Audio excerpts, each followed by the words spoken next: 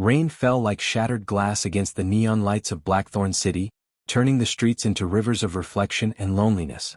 Midnight had already passed, but Mira Hale was still working. She wiped down the last table inside the Crimson Lantern, a luxury restaurant where the rich pretended not to see people like her. Mira moved quietly, carefully, like someone used to apologizing for existing. At 23, she owned nothing except a small rented room, a worn backpack, and the determination to survive another day. Her mother's medical debt followed her like a shadow, and every paycheck disappeared before she could even touch it. "Move faster," her manager snapped from behind the counter. "VIP guests are arriving tonight. Try not to embarrass us." Mira nodded quickly. She always nodded. Arguing meant losing her job, and losing her job meant losing everything. Outside, black luxury cars began pulling up one by one. The atmosphere shifted instantly. Even the wealthy customers lowered their voices. Because tonight, vampires were coming. Not the monsters from stories, but something far more terrifying. Royalty. The vampire court of Blackthorne rarely appeared in public, and when they did, humans behaved perfectly, or suffered consequences no law could prevent.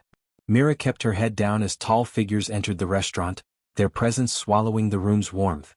Their movements were too graceful, their eyes too sharp, their silence too heavy. And then he walked in. King Lucien Vale. The Vampire King. Every conversation stopped. He wore a dark tailored coat, silver embroidery catching the light like moonfire. His expression was calm, distant, beautiful in a way that felt dangerous. Power surrounded him like invisible gravity. People avoided looking directly at him. Except Mira. Only for a second. She looked up accidentally while carrying a tray, and their eyes met. Cold silver eyes. Ancient. Observant. Unreadable. Her breath caught. Then she quickly looked away, heart racing. "Don't stare," she told herself. "Humans don't stare at kings."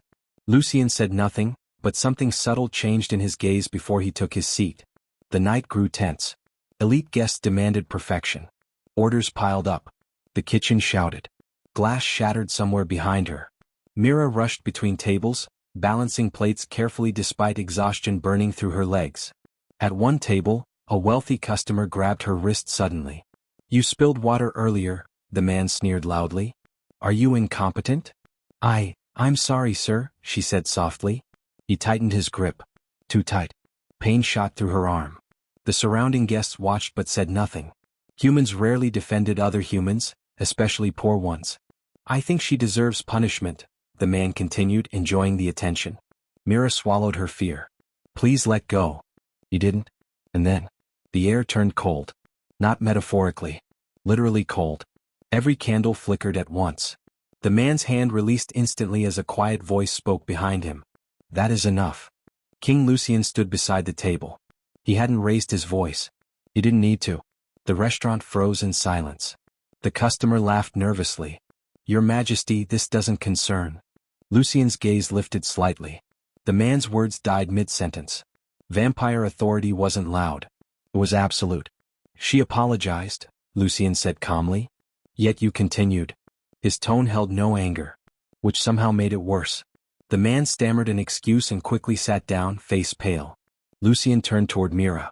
Up close, his presence felt overwhelming, like standing near a storm held perfectly still. She lowered her eyes immediately. "I apologize if I caused disturbance, Your Majesty," she whispered. A faint pause followed. Unexpected. "You believe you caused this?" Lucien asked. She hesitated. "It is my responsibility to avoid trouble." Something unreadable passed across his expression. Respect? Curiosity? No one could tell. "You may return to your duties," he said quietly. Relief flooded her. She bowed slightly and hurried away, unaware that his gaze followed her across the room. Hours later, the restaurant finally emptied. Mira stepped outside into the cold night, exhaustion pressing into her bones. She wrapped her thin coat tighter and began walking toward the bus stop. The streets were nearly empty. Too empty. Footsteps echoed behind her. She quickened her pace. The footsteps matched hers. Her heartbeat rose. 3 men emerged from an alley, blocking her path. Street predators, human this time. "Well, look who's alone," one said. She stepped back slowly. "I don't have money." "We're not asking." Fear crawled up her spine. She turned to run, and slammed into something solid.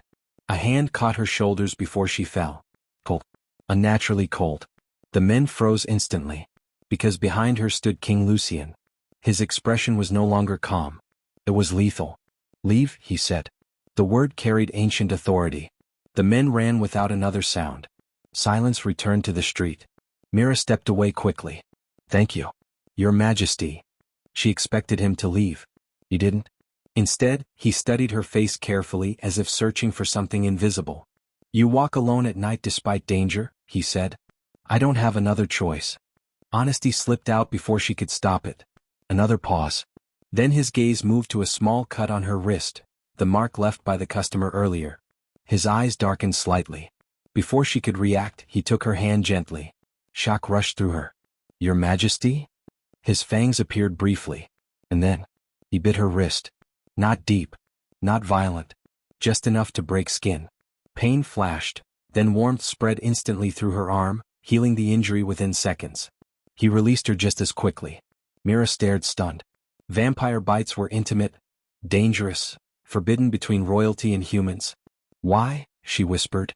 Lucien's voice was quiet, almost distant. "A warning," he said. "To others." He turned to leave, coat moving like shadow behind him. Mira touched her healed wrist, heart pounding. "A warning?" she repeated softly. Lucien stopped without turning. "Yes," he said. "Because Blackthorne has begun watching you." And then the Vampire King disappeared into the night, leaving Mira standing beneath the streetlight, unaware that her life had just crossed into a world where kindness could awaken kings, and survival would demand far more courage than she had ever imagined. Mira Hale didn't sleep that night. Every shadow outside her window seemed sharper, every creak in the old building louder. The taste of iron from the king's bite lingered on her wrist, warm and strange, like a secret she wasn't ready to understand. By morning, the city moved as if nothing had happened. Buses groaned down slick streets, vendors shouted over the hum of traffic, and pedestrians scurried with umbrellas held tight. Mira wrapped her coat around her thin frame and stepped outside, trying to appear normal. But nothing felt normal anymore. At the Crimson Lantern, her manager, Elaine, was already pacing in the staff room, her face tight with irritation. "Mira, why were you late? You know the manager's meeting with corporate starts in 15 minutes. Mira began but paused. She didn't want to mention the night. Not the men, not the Vampire King. No human would believe it. Elaine's eyes narrowed. "You were late. That's all I need to know. Don't let it happen again." Mira nodded, retreating to her section. She had learned early that explaining anything never helped. Survive quietly, endure silently, that had always been the rule. But today was different. Today she noticed how cruel the restaurant really was. One of the waitresses, a tall girl with sharp elbows, shoved Mira aside as she tried to clear a table. "Watch where you're going, newbie. Don't get in the way of someone who knows what they're doing." Mira's hands shook. She didn't want to fight. But for the first time she felt the sting of injustice so sharply it demanded attention. From the corner of the room, a whisper reached her ears. "They're making her life miserable." Mira glanced around. No one was speaking to her, yet she felt a presence, something unseen yet protective. Later that day, as she walked home through the alleyways of Blackthorne City, Mira sensed it again, eyes watching her. Not human eyes. Cold, calculating, and impossibly ancient. King Lucien. Why would a vampire king, feared by all, care about a girl like her? She tried to shake the thought. Humans didn't matter to vampires. That's what she'd been told her entire life. That is, until last night. Meanwhile, Lucien Vale was already investigating. From the shadows of his private estate, he observed the city like a predator and a guardian all at once. Mira had caught his attention for more than her kindness. He had felt it immediately, that quiet strength behind trembling hands. But there were questions. Why did she survive the alley incident with nothing but a warning bite? And why had her aura changed when she healed so quickly? His son, Prince Dorian, appeared silently beside him, tall and poised. "Father, you linger over a human girl again," Dorian remarked, voice careful. "Do you intend to interfere in mortal affairs so openly?" Lucien's eyes didn't waver from Mira's figure in the distance. "She is no ordinary human." Dorian's expression flickered with curiosity. "And what makes you say that?" "She has something ancient within her," Lucien replied, voice low. "A secret. Something she does not yet understand herself." Prince Dorian shook his head, a small smile tugging at his lips. "You always notice what others cannot." Lucien didn't answer. His attention never left Mira. Something about her drew him in, a pull he could neither name nor resist. Back in her tiny room that evening, Mira opened a dusty notebook she had kept hidden since childhood. The pages were filled with strange symbols and an unfamiliar language, one her mother had taught her before passing away. She had always assumed it was nothing more than a storybook game, but her hands trembled as the symbols seemed to glow faintly in the candlelight. Could it be connected to the vampires? She didn't know. And yet, the knowledge within her felt alive, powerful, dangerous. The next day at work, the bullying worsened. The wealthy patrons at the Crimson Lantern were particularly cruel, mocking her as she brought wine and cleared tables. One man pushed her tray, laughing when she stumbled. Mira froze, remembering the bite, remembering the warmth that had spread through her wound like liquid fire. And in that moment she didn't feel entirely helpless. A quiet determination settled in her chest. Maybe it was fear of the king's eyes watching. Maybe it was something deeper, the recognition that she deserved dignity. She straightened her back, avoided the man's gaze, and whispered words she didn't fully understand under her breath. The symbols her mother taught her formed into a soft chant, unintelligible yet commanding. Suddenly the spilled wine rose slightly, hovering in the air. Patrons gasped. The man stumbled back, eyes wide in disbelief. Mira swallowed hard. She had only begun to realize what she could do. Later that evening Lucien returned. This time he appeared at her doorway, not as a shadow, not as a predator, but as a silent guardian. His eyes studied her, noticing the faint aura that surrounded her, faint, yet undeniably extraordinary. "You are awakening," he said softly. "Do you understand what you possess?" Mira shook her head. "No. I'm just me." Lucien's gaze softened slightly, something almost human flickering in silver eyes. "You are more than you think. And because of that, your life is no longer only your own." Her heart beat faster, but she did not feel fear. Not entirely. "You saved yourself," he continued. "Not by chance but by choice. That is what drew me to you." A chill ran through her spine, but it was not fear. It was awe, respect, something deeper than understanding. For the first time, Mira realized that the world of vampires and humans might not be separate. That perhaps her courage, her kindness, and her unknown power could make her worthy, not of being protected but of being seen. Lucien turned to leave but paused at the doorway. "Be careful tomorrow. Not all humans, or creatures, will recognize your value." And with that, he disappeared into the shadows again, leaving Mira trembling, yet stronger than she had been before. The night air in Blackthorne City had a metallic tang, a storm brewing somewhere beyond the skyline. Mira Hale walked briskly through the empty streets, her worn coat pulled tightly around her. Every step was cautious, her senses alert in a way she didn't understand. She had felt it before, a pull, an awareness she could not explain. The city seemed alive with secrets, and tonight, those secrets would come to her door. She had spent the day at the Crimson Lantern, enduring more snide remarks and deliberate accidents from the staff and some of the wealthiest patrons. A glass shattered at her feet, a chair toppled behind her, and whispers of "useless girl" followed her wherever she went. She didn't respond. She had learned early that silence was safer. But deep inside, frustration coiled like a spring. Something had shifted in her since last night. The bite from the Vampire King, the strange warmth that lingered, and the faint stirring of her hidden power had awakened something within her, a tiny ember of courage. The alley behind her apartment building was dark and narrow, filled with the familiar scent of damp concrete and forgotten trash. Mira's instincts screamed at her that she was being followed, and she quickened her pace. The footsteps behind her echoed softly, perfectly timed with hers. "They're just shadows," she whispered to herself, trying to convince her own trembling voice. And then they emerged.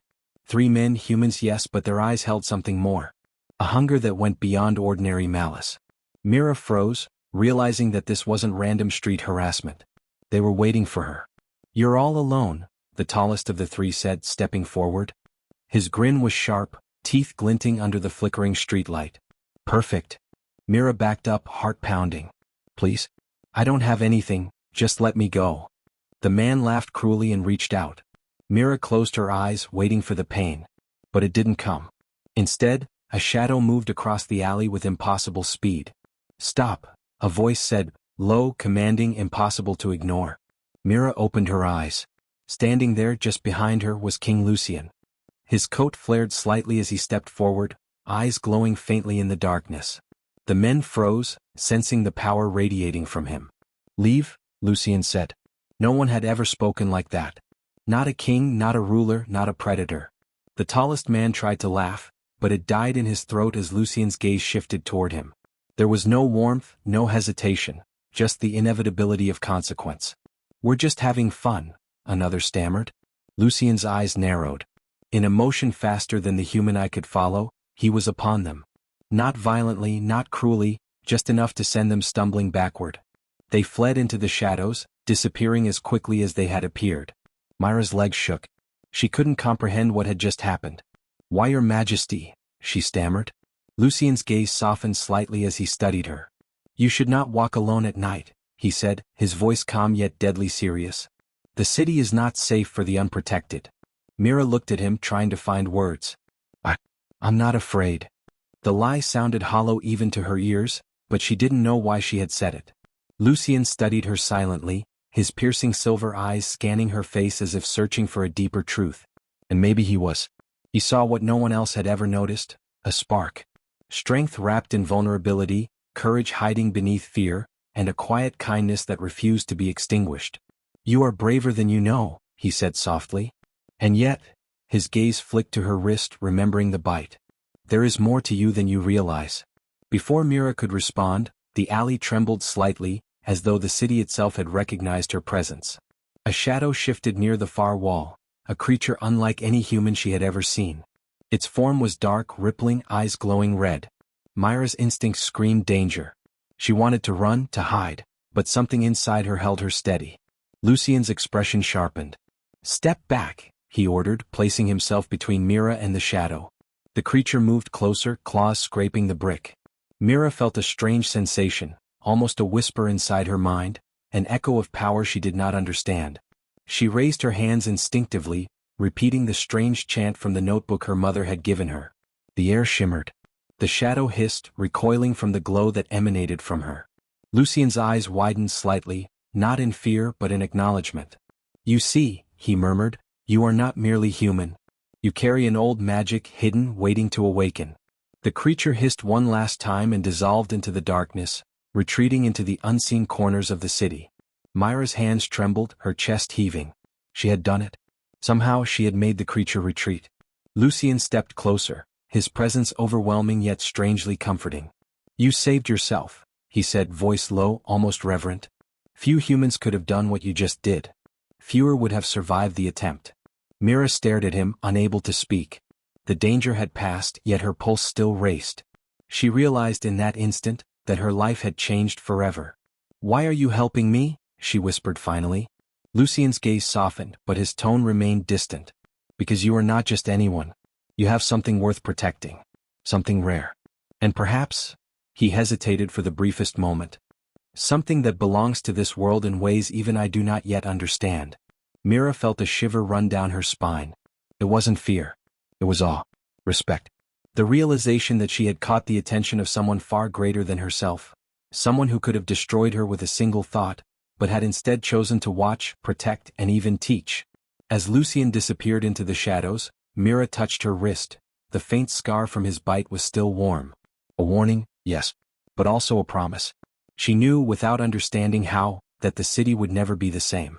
That her life, once filled with quiet suffering, had now become something far larger. Something dangerous. Something extraordinary. And as she walked home, the notebook in her bag seemed to pulse faintly with a light of its own.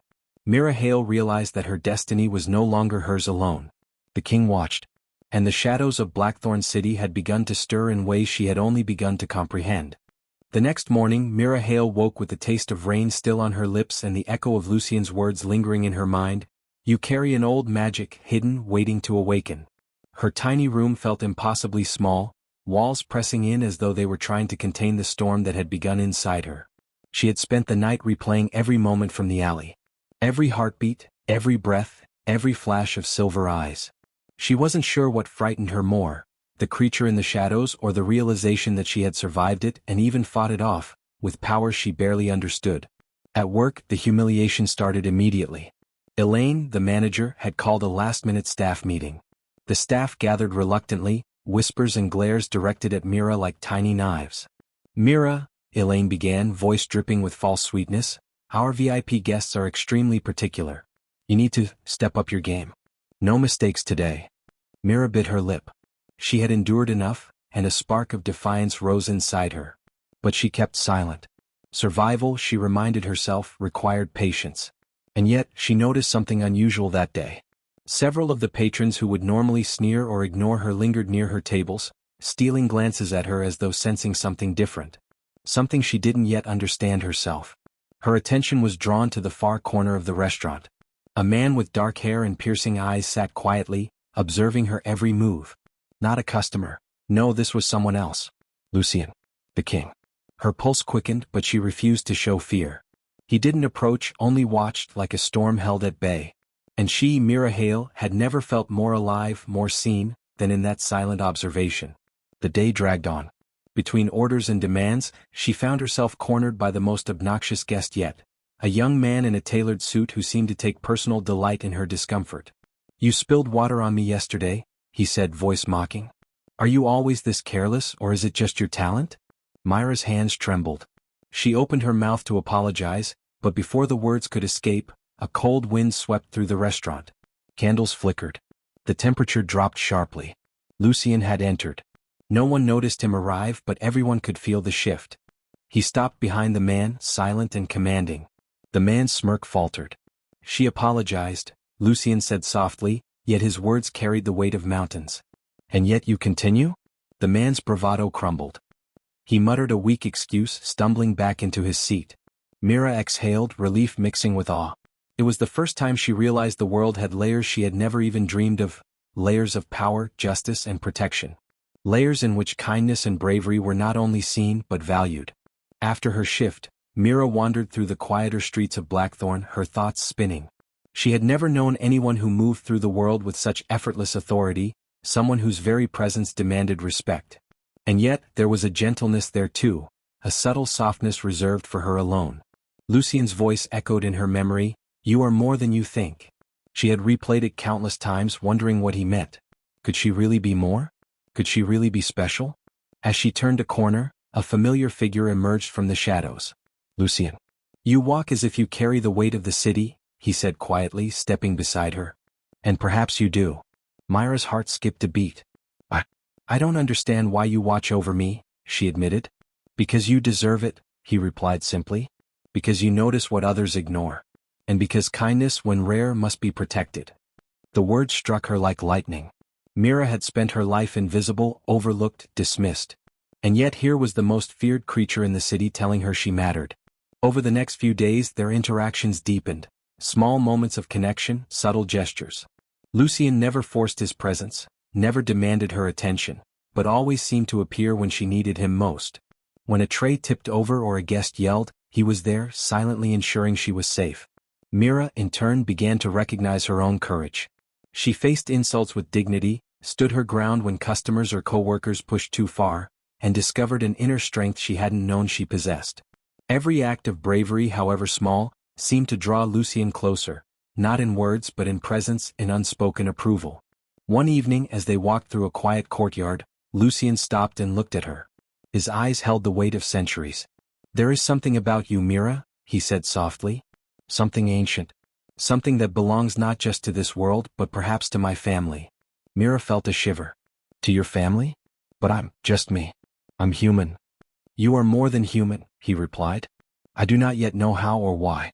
But I will protect you because one day you will understand the role you were born to play." Her breath caught. The slow realization dawned on her. Her life, once ordinary, was now entwined with the supernatural world in ways she had never imagined. And with Lucien, the king, watching over her, she began to understand that power, destiny, and love could emerge from even the most unlikely places.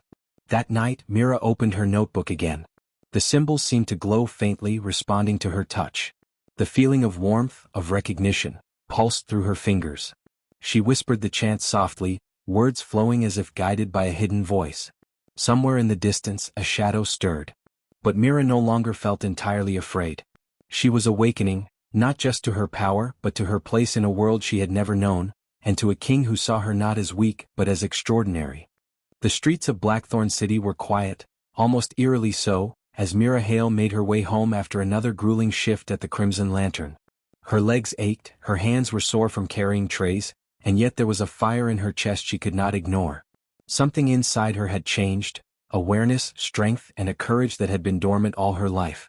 The notebook her mother had left her rested in her bag, its ancient symbols glowing faintly whenever she touched them. Mira didn't understand it fully yet, but she sensed that the knowledge inside was meant to guide her. That night, however, she would discover just how dangerous that guidance could be. A sudden chill rippled through the alleyways, and Mira instinctively pulled her coat tighter around her. The footsteps behind her weren't human. She could feel it, a subtle vibration in the air like a heartbeat that did not belong to her. "Show yourself," she whispered, trying to sound braver than she felt. From the shadows, a figure stepped forward. Cloaked in darkness, with eyes that glowed a deep crimson, the stranger's presence radiated menace. "You are the girl the king watches," the figure hissed. "The one he protects." Mira's heart raced. How did this creature know her? She felt the old fear rising, the one that had accompanied her for years. But this time she didn't run. She couldn't. Somehow she knew she had to stand her ground. "Why are you here?" she demanded, her voice trembling slightly but holding a note of defiance. The stranger smiled, a cruel, sharp expression. "Because you are dangerous, little human. Dangerous because of what you don't even know about yourself." Before Mira could respond, the figure lunged. Reflexively, she raised her hands and whispered the chant from her mother's notebook. The air shimmered around her, faintly luminous, and the stranger stumbled back, startled by the sudden force. It was then that a shadow detached itself from the alley wall, tall, imposing, and impossibly elegant. King Lucien stepped forward, cloak flowing, eyes cold silver like moonlight on steel. "You should not be here," he said quietly, voice carrying the weight of command. "Leave or you will regret it." The enemy froze, glancing between them. "So the king intervenes personally," he said, lips curling in a mocking grin. "You dare to protect this fragile human?" Lucien's gaze didn't waver. "She is no longer fragile." Mira's hands shook, but the warmth from her bite and the strength pulsing in her veins steadied her. She could feel the power inside her rising, responding to the danger, ready to defend herself. For the first time she realized that her mother's teachings were not mere stories. They were a legacy. The enemy hissed, retreating slightly. "This isn't over, little girl," he spat before disappearing into the night, leaving a trail of cold wind behind him. Lucien turned to Mira, his expression softer now, though still tinged with the authority of centuries. "You have potential," he said quietly. "More than you realize. But you are not ready to face all threats alone." Mira swallowed hard. I didn't know I could do that." "You did," he replied, placing a hand briefly on her shoulder. "And that is why I protect you. Not because you are weak but because the world will try to test you. And you will endure." Her heart raced, not from fear but from a strange, intoxicating feeling of connection. Lucien's presence was overwhelming yet comforting. He didn't just watch over her, he believed in her. Over the next few days the city seemed alive with unseen threats. Shadows moved in corners, whispers followed her footsteps, and she began noticing subtle signs, strange symbols etched on walls, faint auras that pulsed with power. Mira realized that her life had irrevocably shifted. She was no longer just a human girl struggling to survive. She was a key in a much larger game, a game she barely understood but could feel coursing through her blood. Lucien began appearing more frequently, though always subtly. He would guide her with small interventions, protecting her from danger, offering advice, watching over her when she didn't even know she needed it. Each encounter deepened the slow-burning connection between them. One evening he arrived at her apartment unannounced. Mira froze, heart pounding. "Your Majesty," she whispered. "I need to speak with you," he said, stepping inside without waiting for an invitation. His eyes scanned the room, lingering on her notebook. "The power you carry is ancient, tied to a line of knowledge and magic humans have long forgotten. And you, Mira Hale, are its keeper." Mira's pulse raced. "Keeper? But I'm just me. I don't understand." "You will," he replied. "In time. But first you must understand that this world is not kind to the unprepared. There are those who would see your power extinguished before it even awakens." She looked up at him, meeting his silver gaze. "Will you help me?" He hesitated, a fleeting softness crossing his expression. "I already am." That night, Mira felt a strange sense of calm. The fear was still there, lurking in the shadows, but for the first time she felt like she belonged to something greater. Something dangerous, yes, but also something extraordinary. And she knew, without fully understanding how, that the bond forming between her and Lucien was more than protection. It was connection. The moon hung low over Blackthorne City, spilling silver light across the streets and alleys Mira Hale had walked countless times. Tonight, however, she felt the city differently. Every shadow seemed alive, every breeze whispered secrets she could almost understand. She clutched her mother's notebook tightly in one hand and her coat around her thin frame with the other. The past weeks had changed her. From a timid, overlooked waitress, she had emerged stronger, braver, and increasingly aware of a power inside her that no one had ever taught her to wield, until now. The bite of King Lucien had healed her, yes, but it had also awakened something far greater. A destiny intertwined with vampire royalty, magic, and ancient knowledge. And tonight, destiny was calling. Mira had barely reached her apartment when a shadow detached itself from the rooftop above. Her heart skipped. But this time she didn't feel fear. She felt anticipation. Lucien descended gracefully, landing silently in front of her. His silver eyes reflected moonlight, and his dark coat billowed behind him like a storm contained in human form. "Tonight," he said, voice calm yet commanding, "everything changes." Mira's pulse quickened. "What do you mean?" He studied her, searching for something invisible. "You are no ordinary human. Your power, your blood, is linked to the oldest lineage of the vampire courts. You were not born by chance. You were chosen. And your destiny is tied to mine." Her stomach twisted. "Chosen? Me? But I'm just me. A girl who barely survives day to day." Lucien stepped closer. "No. You are someone the world has ignored, someone the powerful underestimated, and someone whose kindness and courage have proven stronger than most beings I have known in centuries." Mira felt a shiver, not of fear but of recognition. She realized truly that Lucien's gaze was different from any human she had ever met. It wasn't lust. It wasn't pity. It was understanding, respect, recognition, something more. And beneath that recognition she felt an unmistakable pull toward him, a gravitational, emotional, almost magnetic force she could neither name nor resist. Their moment of silence was broken by a sudden disturbance. A dark figure materialized from the alley across the street. The rival who had threatened her weeks ago, stronger, crueler, and more determined, stepped forward, claws glinting and crimson eyes locked on her. Mira's hands trembled, but the notebook glowed faintly in her grasp. The chant she had learned from her mother rose from her lips, flowing with power she didn't yet fully control. Lucien moved to stand beside her, his presence protective and commanding. "You are not alone," he said softly, almost to her. "Not tonight. Not ever again." The enemy hissed and lunged, but Mira's hands shot forward instinctively. The air shimmered, and the figure was knocked backward by a force that pulsed from her very being. Her powers, her courage, her knowledge, her magic, radiated outward, combining with Lucien's presence. Together they stood, human and vampire, girl and king, united. Mira realized that she no longer needed saving. She was no longer just the powerless girl from the Crimson Lantern. She was a force to be reckoned with. The shadow recoiled, glancing at Lucien and then at her. The fight was brief. It ended not with violence but with recognition. The enemy had underestimated her.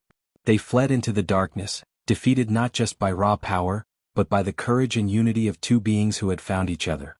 Afterward, Lucien turned to Mira, his eyes reflecting a mixture of pride and something softer, almost fragile. "Do you understand now?" he asked. Mira shook her head slightly, tears pricking her eyes. I think I do. I'm not alone. I have power. And someone who believes in me." Lucien's lips curved faintly. "Not just believes, Mira. I respect you. Your strength, your kindness, your bravery. You are destined for far more than survival. You are destined for greatness." Her heart leapt. And in that moment, the distance that had existed between human and vampire, girl and king, fear and trust, began to dissolve.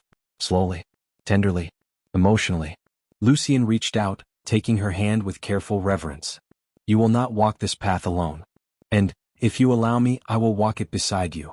Mira felt warmth, strength, and connection unlike anything she had ever known. She nodded. I trust you." The night wrapped around them, full of promise and danger, but Mira did not feel small. She felt seen. She felt alive. She felt home. Days later, Mira finally returned to the restaurant, not as a timid, overlooked waitress, but as someone who carried herself with quiet confidence. The managers, patrons, and staff began to notice a change. She moved with purpose, spoke with composure, and handled challenges with bravery that earned unexpected respect. And all the while, she felt Lucien's presence like a shadow that comforted rather than frightened her. She had survived humiliation, danger, and fear. She had embraced her power, her kindness, and her bravery. And in doing so, she had awakened something ancient, something that had always been waiting for her. The city of Blackthorne would never be the same. And neither would she. Mira's life, once defined by survival, was now defined by choice, courage, and connection. She had stepped into a world of shadows and light, fear and power, and she had emerged not just alive but triumphant. Lucien appeared beside her as the sun began to rise, his presence steady and unwavering. "You are remarkable," he said softly. "And now, you are mine not as a subject, not as a possession but as a partner. Equal in courage, in strength, and in destiny." Mira smiled, feeling the full weight and beauty of the moment. The slow burn of their connection had finally blossomed into something undeniable: trust, respect, and love born from shared danger, kindness, and courage.